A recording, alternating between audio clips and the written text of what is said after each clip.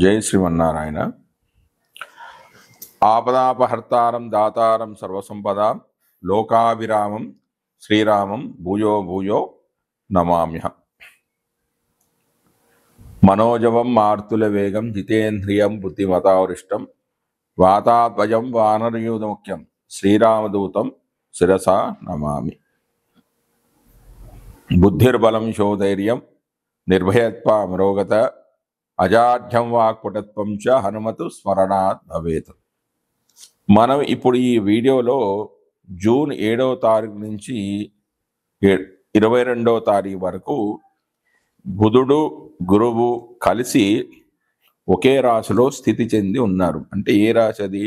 మిథున రాశిలో స్థితి చెంది ఉన్నాడు.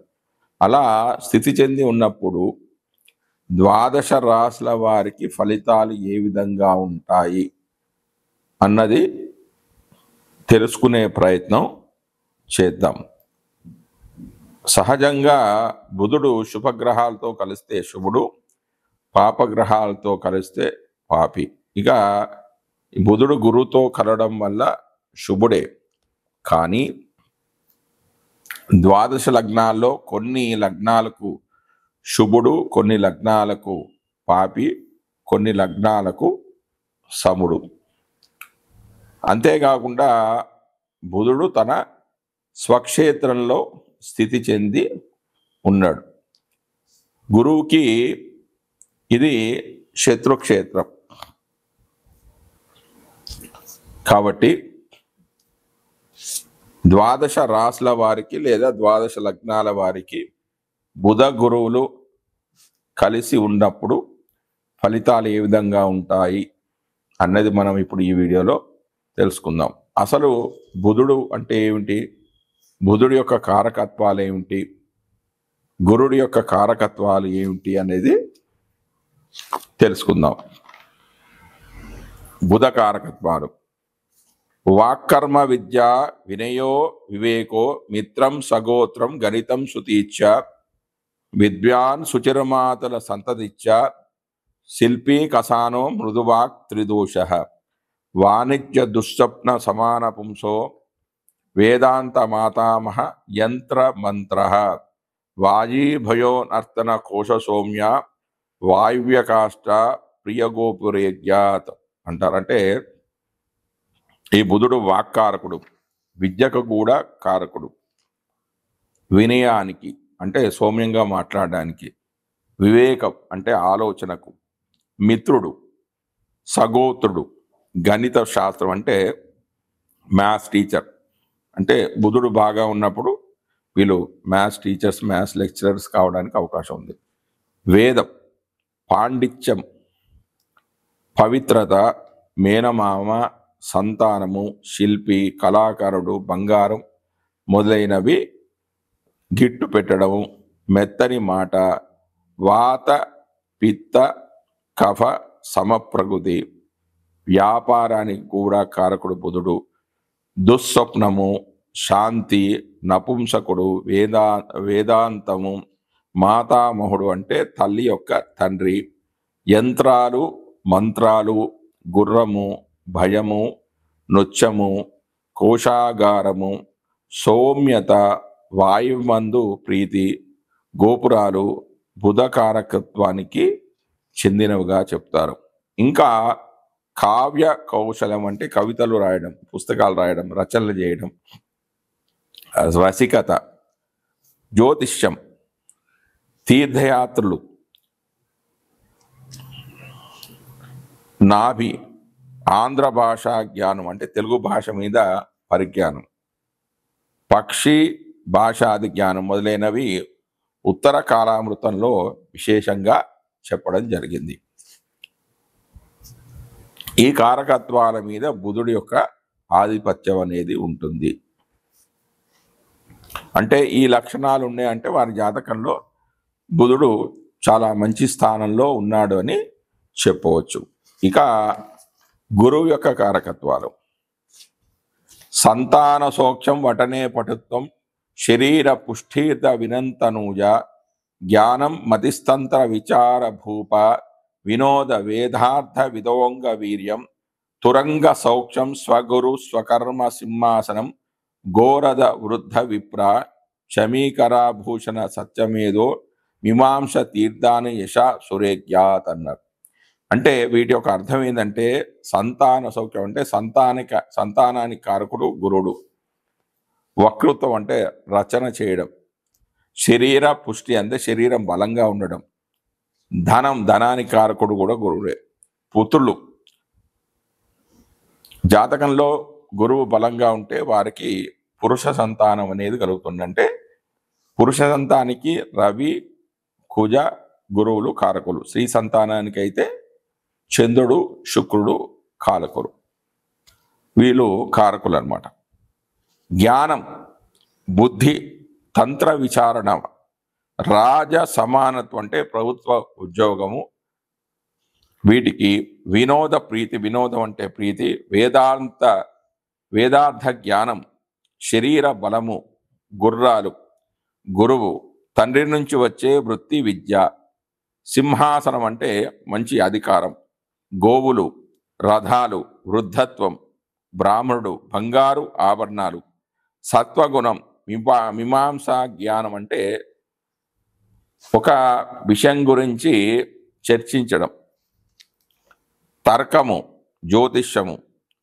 అయితే బుధకారకత్వంలోని జ్యోతిష్యము ధనార్జనకు, గురుకారకత్వంలోని జ్యోతిష్యం అనేది లోకోపకారానికి, శుక్రకారకత్వంలోని జ్యోతిష్యము అనేది పలుకుబడి పెంచుకోవడానికి, యురేనియస్ కారకత్వంలోని జ్యోతిష్యము నూతన ఆవిష్కరణలకు ఉపకరిస్తూ ఉంటుంది.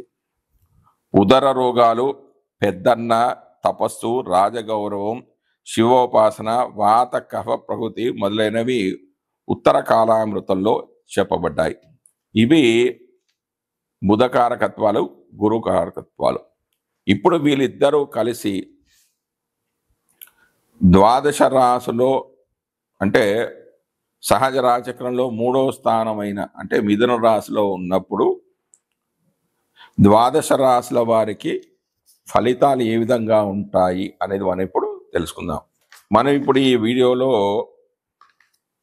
బుధ గురువుల యుతి అంటే ఏ తారీఖు నుంచి జూన్ 7 నుంచి జూన్ 22 వరకు మిథున రాశిలో వాళ్ళిద్దరు యుతి చెంది ఉన్నారంటే కలిసి ఉన్నారు. అలా కలిసి ఉన్నప్పుడు కర్కాట లగ్నం లేదా కర్కాట రాశి వారికి ఆ గ్రహాలు ఇచ్చే ఫలితాలు ఏమిటి అనేది మనం ఇప్పుడు ఈ వీడియోలో తెలుసుకుందాం.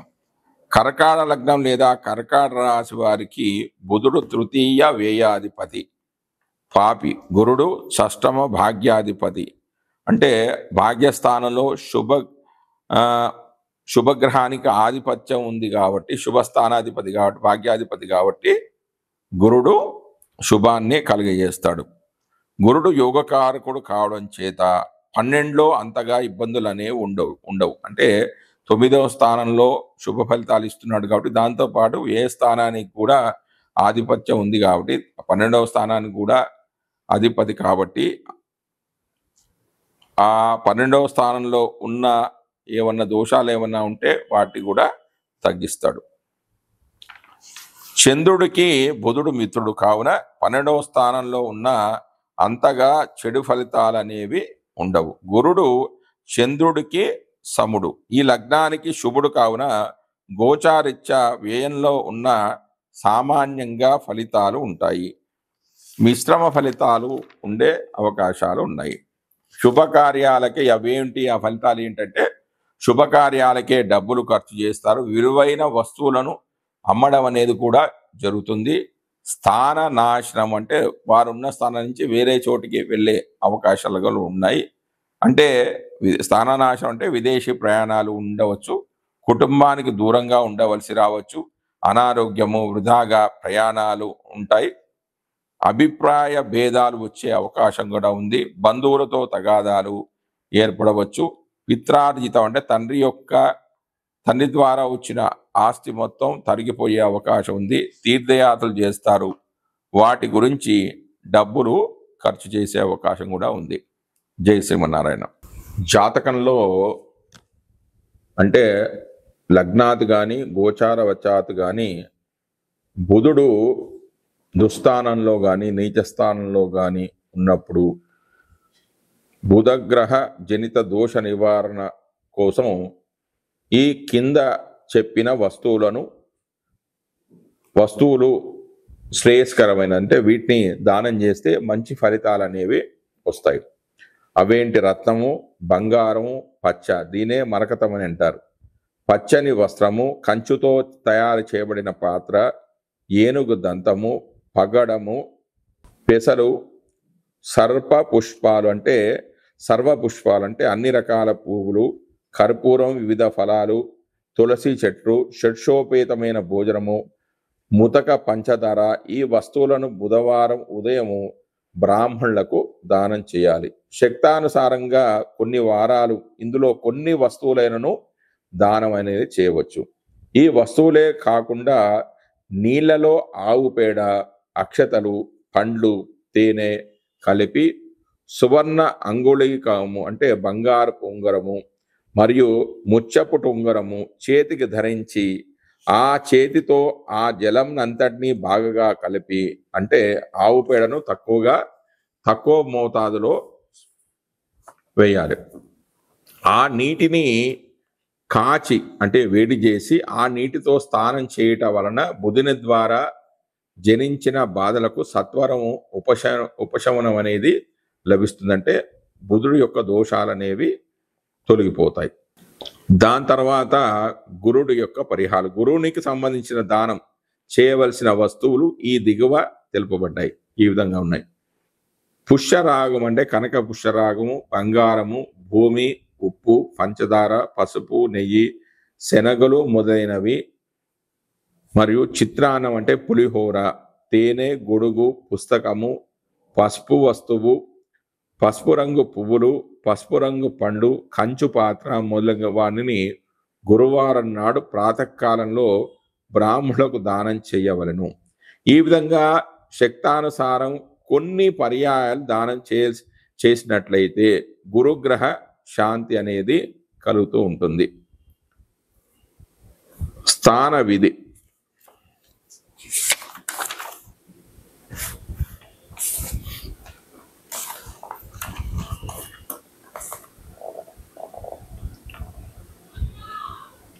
మాలతీ పుష్పాలు, తెల్ల ఆవాలు, పసుపు, తేనె మొదలగు వస్తువులను నీటిలో వేసి ఆ నీటిని కాచి స్నానం చేయాలి. ఇంకా గురుగ్రహ శాంతి కొరకు ఫలవృక్షాలను నాటించుట మరియు పండ్లను విరివిగా దానం చేయడము వలన కూడా విశేషంగా ఉపయుక్తకరంగా ఉంటుంది. ఇంకా హోమంలో ఏం చెప్పారంటే బుధగ్రహ హోమం అపమార్గం అంటే ఉత్తరేణి సమిధలతో హోమం చేసినా కూడా బుధుడు శాంతిస్తాడు. గురుగ్రహ హోమం అంటే పిప్పల అంటే రావి సమిధలతో హోమం చేసినా కూడా గురు దోషాలు అనేవి తొలగిపోతాయి. ఇంతేకాకుండా జ్యోతిర్విద్య భరణంలో కొన్ని శాంతి పరిహారాలు చెప్పడం జరిగింది. అవేమిటంటే